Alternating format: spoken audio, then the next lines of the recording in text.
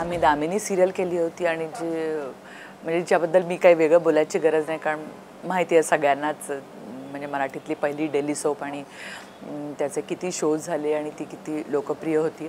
त्याच्यानंतर आता अनेक वर्षांनी आम्ही मोकळा श्वासमध्ये आम्ही दोघीजणी परत म्हणजे एकत्र ज्याला आपण म्हणू शकतो अशा प्रकारचं काम करतो आहे. आणि मला फार सांगायला गंमत वाटते सगळ्यांना की दामिनीमधला जो रोल होता दामिनीचा, तो एक अत्यंत धडाडीची डॅशिंग अशी पत्रकार होती. आणि आत्ता मोकळा श्वास जो आता 7 डिसेंबरला आमचा चित्रपट प्रदर्शित होतो आहे, त्या चित्रपटातली माझी जी भूमिका आहे ती अत्यंत वेगळी, त्या भूमिकेपेक्षा एकदम टोकाची दुसरीच अशी भूमिका आहे की ज्याच्यामध्ये माझ्या कॅरेक्टरचं नाव आहे सावित्री.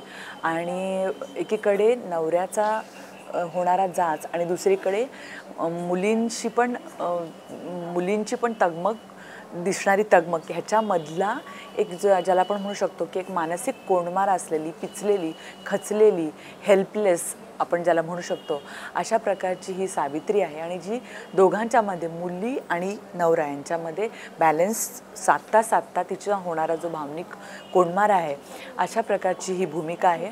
हा विषय नेहमीच म्हणजे कांचनजींना सामाजिक विषयांबद्दल एक ज्याला आपण म्हणतो की एक भान असतं आणि एक जाणीव असते, ती कुठेतरी त्यांच्यामध्ये असल्यामुळे त्यांनी हा चित्रपट या विषयावर चित्रपट करायचं ठरवलं. अनेकदा असं म्हटलं जातं की आमच्या चित्रपटाला डोकं बाजूला ठेवून या आणि एन्जॉय करा.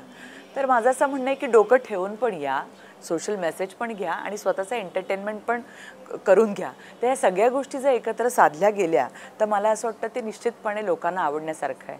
आणि म्हणून या चित्रपटामध्ये एक विषय, एक सामाजिक विषय पण आहे, त्याचबरोबर लोकांना तो अशा पद्धतीने मांडलेला आहे की त्यांचं मनोरंजन तर होतंच. म्हणजे आपण कर्तव्य नाही म्हणून सांगून टाकत्या सावन मावशीना. पर बाबा ते बोललो मुलगा हवा होता मला, पण एका पाठोपाठ एक काय जन्माला आला. चित्रपटाची गोष्ट ज्या कॅरेक्टरमुळं घडते तो त्या मुलींचा बाप, ती भूमिका मी करतोय मुलीच्या बापाची. आणि थोडंसं खलनायकी वाटेल असं ते कॅरेक्टर आहे, पण ते खलनायक नाही आहे.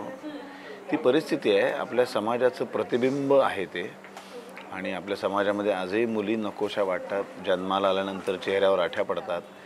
असे लाखो करोडो लोक आहेत सुशिक्षित, आणि शहरात फक्त मुंबईसारख्या दिसत नाही आपल्याला अशी कुटुंब, पण मॅक्झिमम पर्सेंटेज आजही मुलगी जन्माला आली की चेहऱ्यावर आठ्या पडणाऱ्यांची जमात खूप मोठी आहे.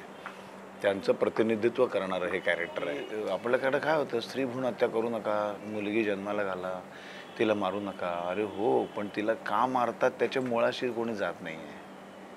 तिला का मारलं जातं आहे, का नकोशी वाटते, जन्माला घातलेल्या आणणाऱ्या बापालाच आपली मुलगी का नकोशी वाटते, ह्या सगळ्याचं परिपाक म्हणजे हा चित्रपट आहे. या चित्रपटामध्ये त्याची जी संपूर्ण सामाजिक भौगोलिक परिस्थिती, त्याची आर्थिक परिस्थिती दाखवलेली आहे. ह्याच्यातून त्याचे विचार आणि खूप छान कॅरेक्टर आहे. खलनायक मी आत्तापर्यंत बरेच रंगवले. कांचनताईंबरोबर आयुष्यातली पहिली मालिका दामिनी केली, त्यामुळं खूप छान ट्युनिंग होतं. प्रतीक्षाबरोबर काम केलेलं आहे.